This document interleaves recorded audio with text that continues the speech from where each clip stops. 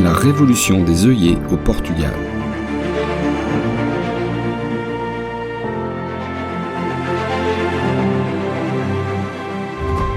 Bonjour à tous.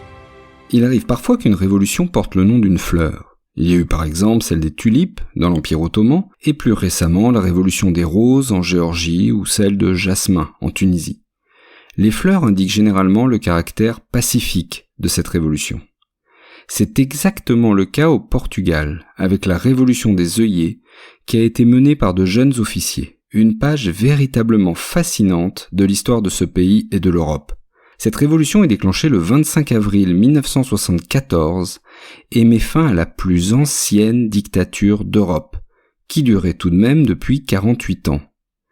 Par la suite, le Portugal devient un pays démocratique et entre dans la construction européenne. Installez-vous confortablement car nous allons remonter le temps pour découvrir les racines, le déroulement et les conséquences de cette révolution qui a secoué le pays et marqué l'histoire.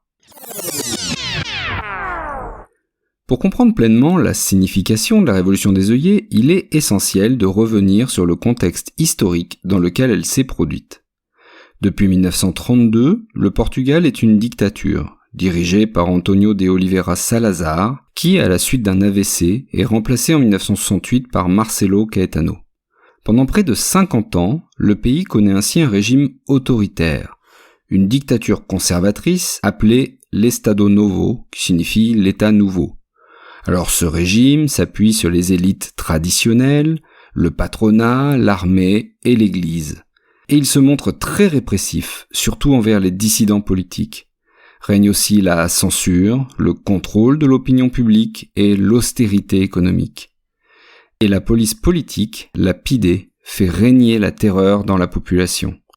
Ce contexte terrible entraîne une très forte émigration portugaise, surtout après 1945. Alors si une partie de cette émigration est contrôlée par l'État, une autre est clandestine. On a quand même 450 000 personnes qui quittent le pays.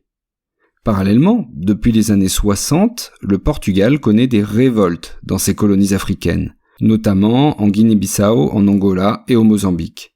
Le pouvoir portugais, qui refuse toute évolution de la situation, ne cesse d'y envoyer des troupes pour affronter ce qu'il appelle les rebelles. Et justement, au sein même des forces armées, un mécontentement grandit.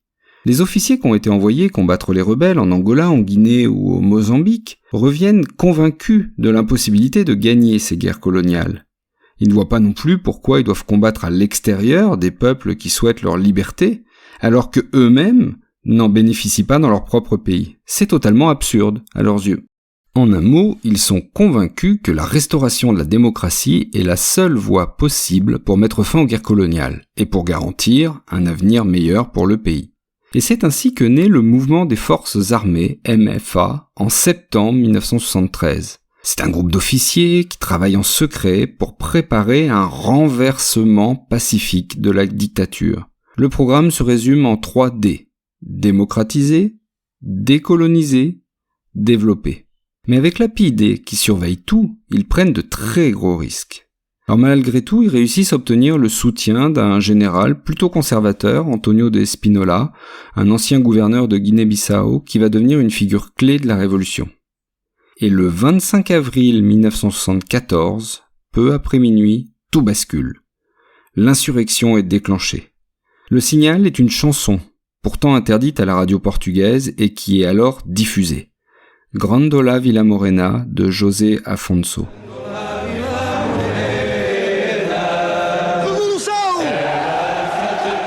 Dans les casernes, de jeunes officiers, capitaines pour la plupart, membres du MFA, rallient les soldats de la capitale. Nous savons tous très bien qu'il existe divers types d'États. Les États libéraux, les États sociaux-démocrates, les États socialistes, etc. Mais aucun d'entre eux n'est pire que l'État où nous en sommes arrivés. Voilà pourquoi il vaudrait mieux en finir. Qui veut venir avec moi ? Ils grimpent dans leur jeep et leur char d'assaut et roulent vers le centre de Lisbonne. Leur plan ? Occuper stratégiquement des lieux clés de la capitale et diffuser des messages radiophoniques appelant à la fin de la dictature. Mais dès le départ, la volonté, clairement affichée, est de ne pas faire couler le sang. On raconte ainsi, mais c'est pas vraiment attesté historiquement, qu'un des chars d'assaut des militaires se serait arrêté au feu rouge pour respecter le code de la route. Bon, l'anecdote est probablement plus symbolique qu'autre chose, mais une chose est certaine, c'est que pour montrer leur volonté pacifique, les soldats vont récupérer des œillets rouges d'une vendeuse qui les avait prévus pour l'anniversaire d'un restaurant qui, de fait, est resté fermé. Et les soldats prennent ces œillets et les placent au bout de leur fusil. Le symbole est né. L'œillet devient un signe de ralliement à la Révolution, que l'on appellera désormais la Révolution des œillets.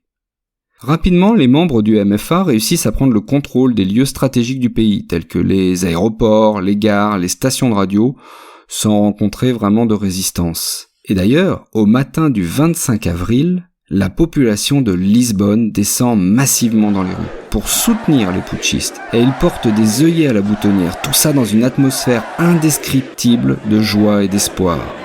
Alors le Premier ministre, Marcelo Caetano, tente bien d'envoyer des troupes pour établir l'ordre, mais leurs soldats rejoignent les putschistes. Toi, tire! Tire! Tire! Ouvrez le feu!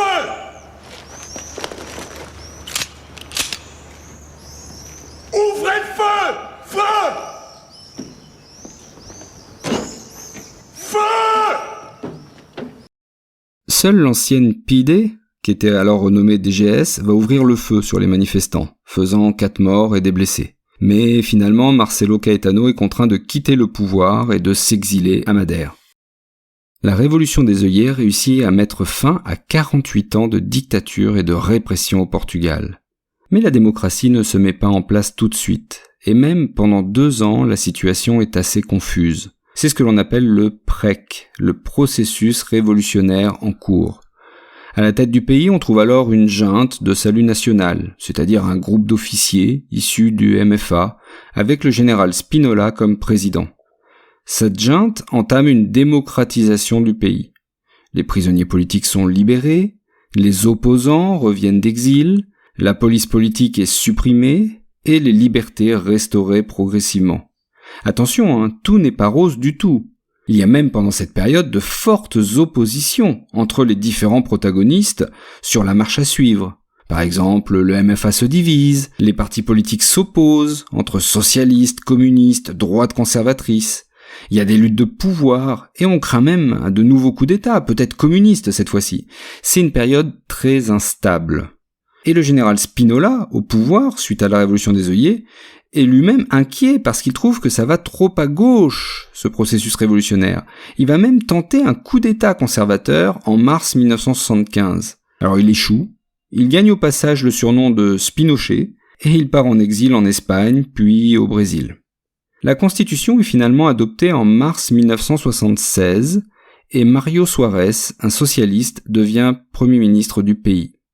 En 1979, une majorité de centre-droit est élue. C'est donc l'alternance, et c'est le signe que la démocratie s'est solidement installée au Portugal.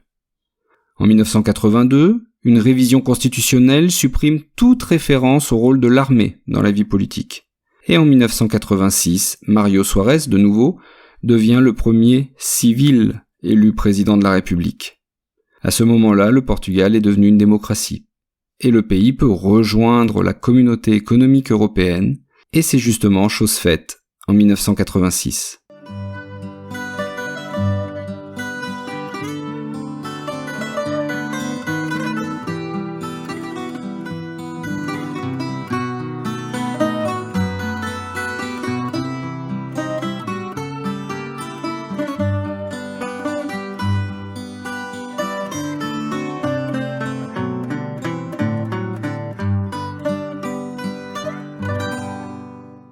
La révolution des œillets a donc jeté les bases d'une démocratie durable, et elle a permis au pays de se réintégrer dans le concert des nations européennes. Sur le plan international, cet événement a inspiré d'autres mouvements de libération, et il a été perçu comme un exemple réussi de transition pacifique vers la démocratie.